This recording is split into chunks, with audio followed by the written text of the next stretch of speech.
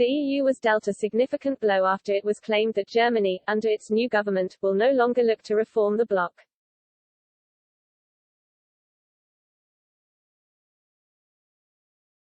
Germany's new chancellor has yet to be announced, but Olaf Scholz, the Social Democratic Party (SPD) candidate who won September's election, is in pole position for the job.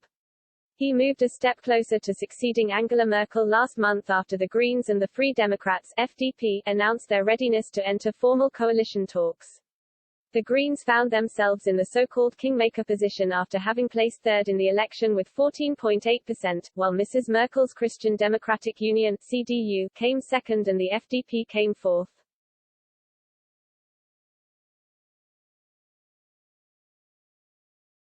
Talks make the prospect of a centre-left government replacing the centre-right-led one, which has been in power in Germany for 16 years, more likely than ever.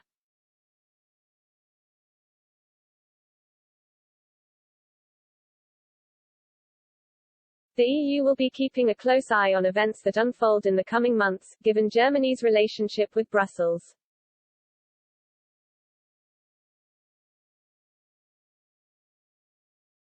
Much has been said of the country's future position in the bloc given Mrs. Merkel's leading and influential role, spending 16 years shaping both German domestic politics but also guiding the EU to become what it is today.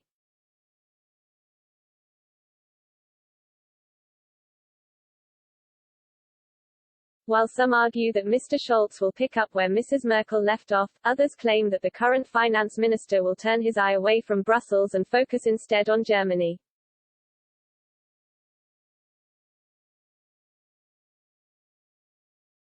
In a comment and analysis piece for Euro-Intelligence last month, journalist Wolfgang Munchau wrote that those who hope that Mr. Scholz will bear the torch of EU reform may be disappointed.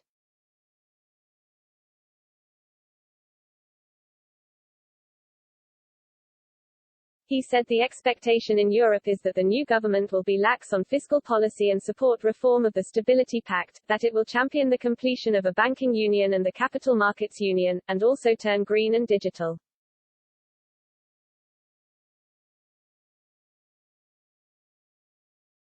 Most importantly, he said that Europe will be hoping that Germany drops a foreign policy strategy that coddles dictators, and becomes a champion of European strategic autonomy.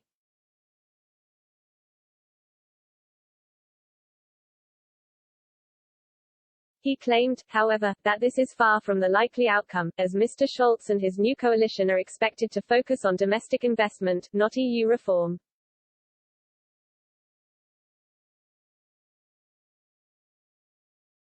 Mr. Munchau wrote, perhaps most disappointing for the other Europeans will be the sudden realization that Olaf Scholz is as fiscally conservative as his predecessors, Wolfgang Schäuble and Peer Steinbrück, the Social Democrat who brought us the debt brake.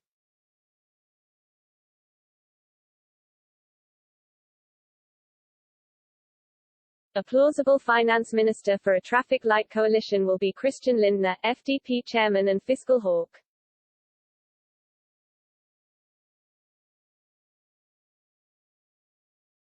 Lindner is even opposed to the idea of European deposit insurance, a subject that would fall under his portfolio.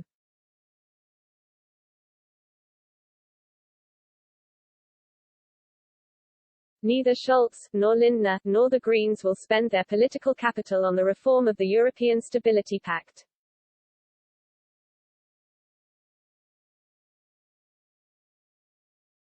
Since they regard the debt brake merely as the national implementation of the EU stability rules, the decision to observe the debt brake in full would give them little leeway for reform.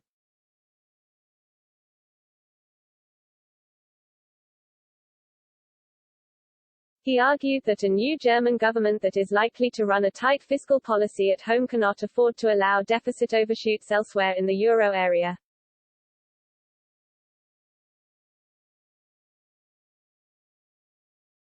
Europe was not a subject in the German election campaign, with most, if not all, candidates focusing their attention on internal affairs.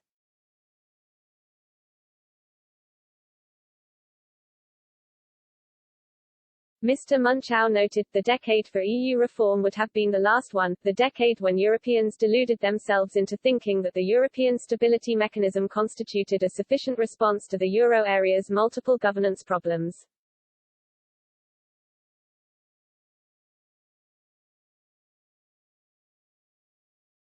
That opportunity was missed for reasons I have written about many times.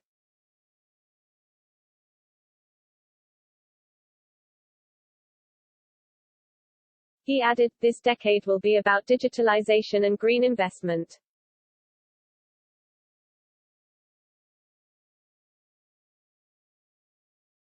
By the time the EU agrees on a banking union and capital markets union, we may find that crypto finance will be so developed that the notion of a banking union and even of banks themselves sounds old-fashioned.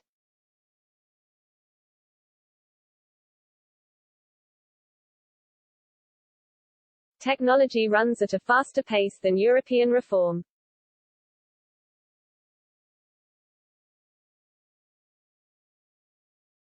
I suspect that Germany will see its future as a junior technology partner for China, while pretending to be a loyal ally to the US and a good European at the same time.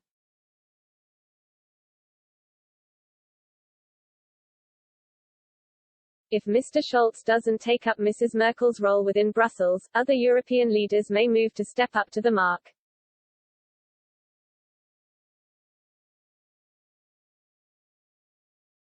French President Emmanuel Macron has been widely seen as co-leading the EU alongside Mrs. Merkel, and reports and analysis suggest he might look to perform a power grab at the helm of the bloc.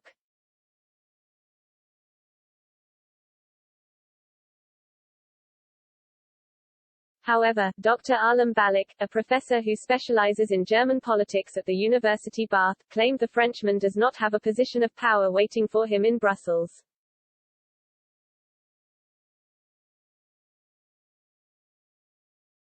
Asked if Mr. Macron would now be seen as the de facto leader of the EU, he told Express.co.uk, no, Macron will continue the very tight Franco-Germany alliance, and that has always been very powerful.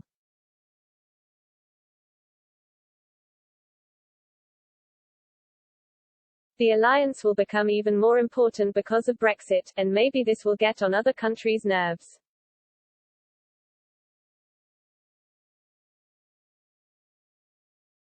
Maybe Germany and France together have to find a third country. Italy has a big economy and a lot of people.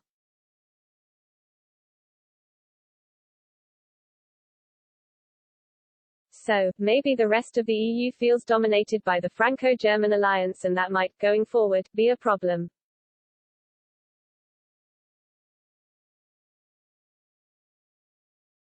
Germany is very happy for France to pretend that they are more influential than they are and to have shrill messages when they bark at smaller countries or the UK.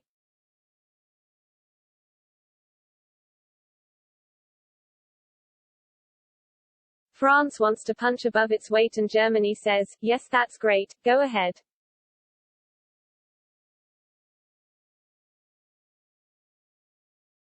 Meanwhile, Mr. Scholz accompanied Mrs. Merkel to the COP26 summit in Glasgow this week.